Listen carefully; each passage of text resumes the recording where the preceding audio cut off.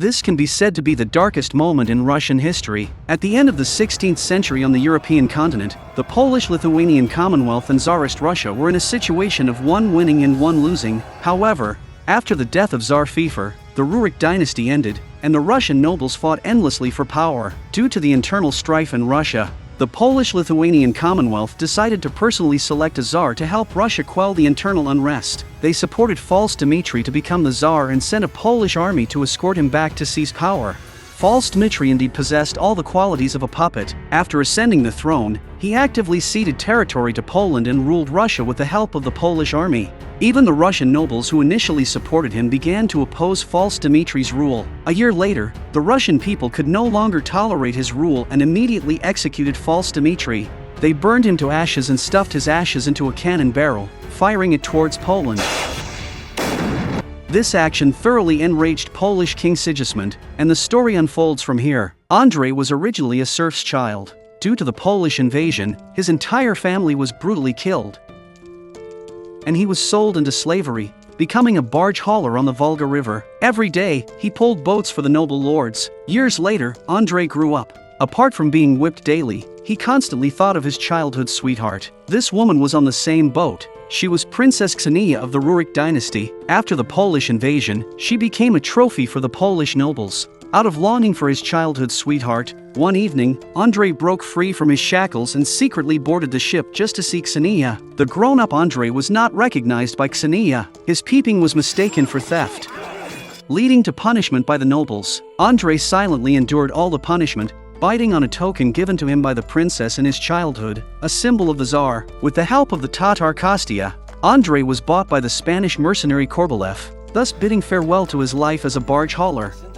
The reason the Polish nobles controlled Kseniya was to legitimately seize Russian power. Because of the uprising in the Zanov-Godro region, the Polish nobles took Kseniya and left first by a side road. The mercenaries marched through the mainland to draw the fire of the rebels, and Korbolev was among them. As they reached a village, a mercenary keenly noticed something amiss and stared intently at the bubbles in the water. At that moment, crossbowmen hidden in the water pulled the trigger, and arrows flew from all directions.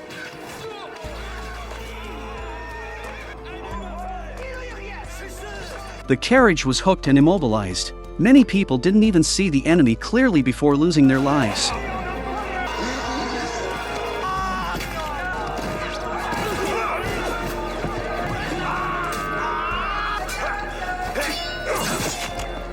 Korbolev was killed in the ambush, but Andrei and Kostya managed to escape. Looking at Korbolev's body, the two were at a loss for what to do next. They went through Korbolev's belongings and found the identity documents of the Spanish mercenary. Andrei had an idea. He decided to impersonate Korbolev and use his identity to find a job with the Polish nobles. Fortunately, he bore some resemblance to Korbolev, so Andrei cut a similar scar on his face. To prevent Andrei from being exposed, Kostya taught him many Spanish customs and Korbolev's daily work routines, such as the fact that Spaniards do not eat river fish and how to load cannonballs. Soon, the two arrived at the Polish camp. However, even after seeing the identity documents, the Polish commander did not trust them. It turned out that a Spanish mercenary had worked for them previously but had recently gone missing. The commander said that if Andrei was truly Korbolev, he should prove it. With no other choice, Andrei did as he was told. He loaded a cannonball into the cannon, adjusted the angle, and fired. With a loud boom, the cannonball accurately hit the target on the opposite bank of the river. Andrei's performance successfully deceived the commander, who was pleased and prepared to discuss cooperation. But the people under him, they still suspect Andrei. Since he was also Spanish, the manager invited Andrei to eat river fish. Fortunately, Kostya had informed him of Spanish customs, or else Andrei would have been exposed. Knowing that his opponent is testing his identity, Andrei headbutts him directly. The two sides drew their swords.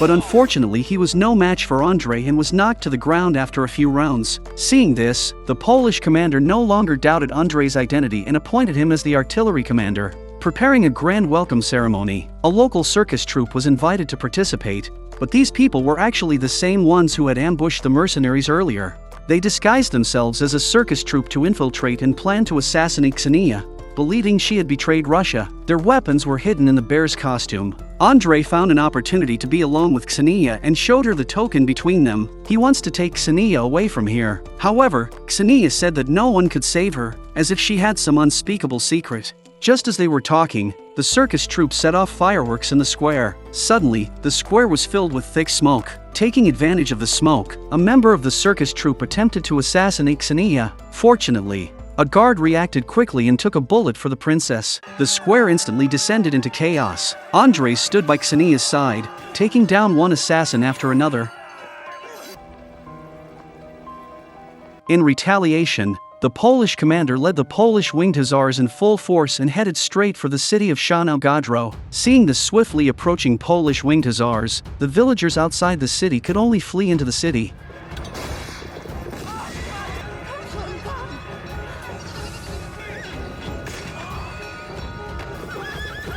The drawbridge was raised, blocking the Polish at the moat. Those who did not make it into the city in time were brutally slaughtered by the Polish.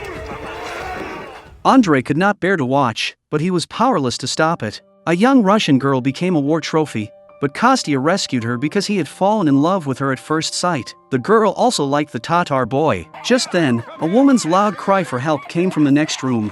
She struggled to escape, and a Polish soldier tried to assault her. Andrei intervened just in time to stop the soldier's vile act. A fight ensued in the courtyard. During the struggle, 3 more assailants joined. They surrounded Andrei, but none of them were a match for him.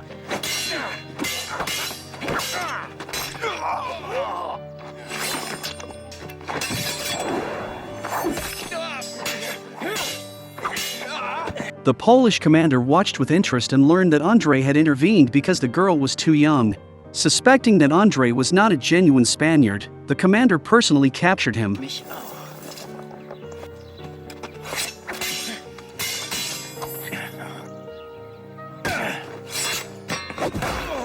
Seeing the scars on Andrei's back, the commander realized he was an impostor. He locked Andrei up, planning to deal with him after the battle. In fact, the Polish governor was able to control Kseniya because he had a daughter with Kseniya and used this to blackmail Kseniya for a long time. Over time, Kseniya developed severe psychological issues and relied on medication to sleep. Meanwhile, to rescue Andrei, Kostya disguised himself as a Spaniard, infiltrated the camp, killed the guards with a crossbow, and rescued Andrei. The two come to the princess's quarters and take Kseniya by force while she is asleep.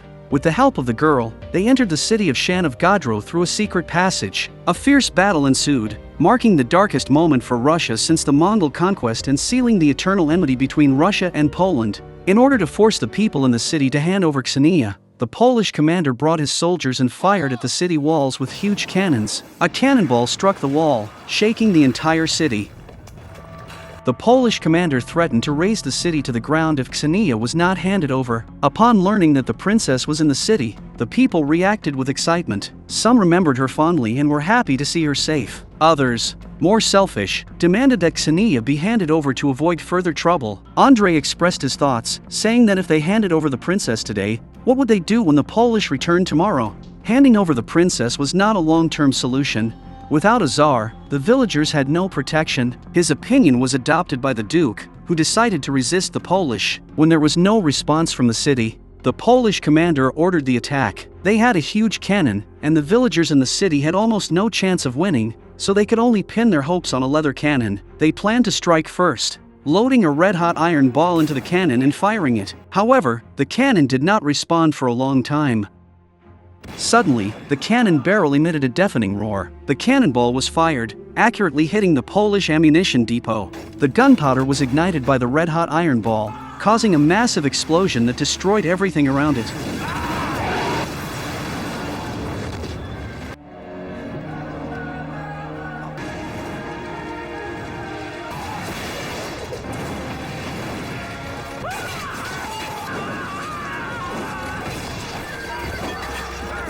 Seeing the battlefield littered with corpses, the Polish commander had no choice but to retreat temporarily. Although they had temporarily repelled the Polish attack, Andrei knew that the Polish would launch an even more ferocious assault. They had to prepare for the impending battle. The next morning, the Polish returned as expected, and the city was in grave danger.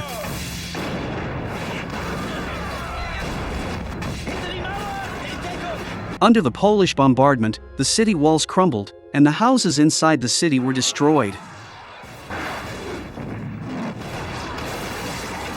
With the sound of war drums, the infantry advanced to attack the city.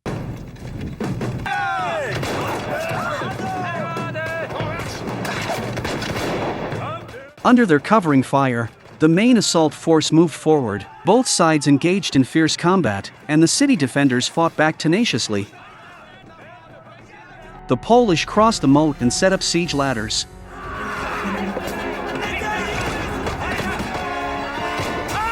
Grenades were thrown onto the city walls, instantly killing 2 defending soldiers. Gunfire exchanged between the walls and the ground, occasionally interspersed with arrows. Although the defenders fought desperately, the overwhelming Polish force eventually breached the city walls. More enemies poured in, but at that moment, the city defenders brought out new weapons. Using a lever principle, lit bombs were launched outside the city. The siege ladders were destroyed, and the battle on the walls continued.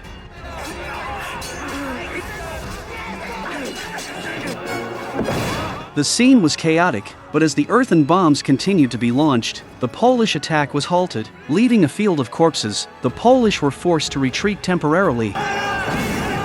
The Polish commander adjusted the attack plan, deciding to concentrate firepower on the city gate. As the cannons turned, another barrage of fire came. This time it was even more intense. Under the relentless cannon fire, the chains of the city gate were broken. The Polish winged hussars launched an assault on the city gate. Andrei stood alone at the gate. Behind him was a cannon. As the Polish winged hussars approached the gate, he immediately ordered the cannon to fire. However, the cannonball was special, with half an iron ball on each side connected by an iron chain. Under high-speed rotation, the front row of hussars was cut in half. The gate's support pillars were smashed, and the top collapsed. Blocking the attack again, the Polish commander threatened Kseniya with his daughter, and Kseniya had no choice but to leave the city. After taking Kseniya, the Polish army marched north. If they could take Moscow, these small cities would be insignificant. In September 1612, the Polish army gathered at the gates of Moscow. If they could take Moscow, Polish-Lithuanian King Sigismund would proclaim himself Tsar of Russia. However, their invasion was not smooth. Their invasion did not go well, however, and was met with stubborn resistance by an insurgent army led by Andrei.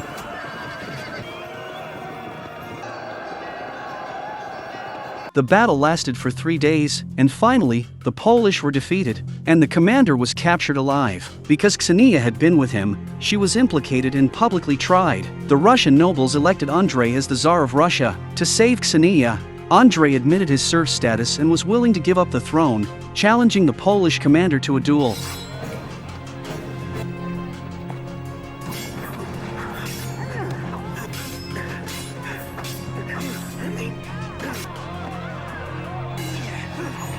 Andrei once again displayed his bravery in front of the people and won the duel.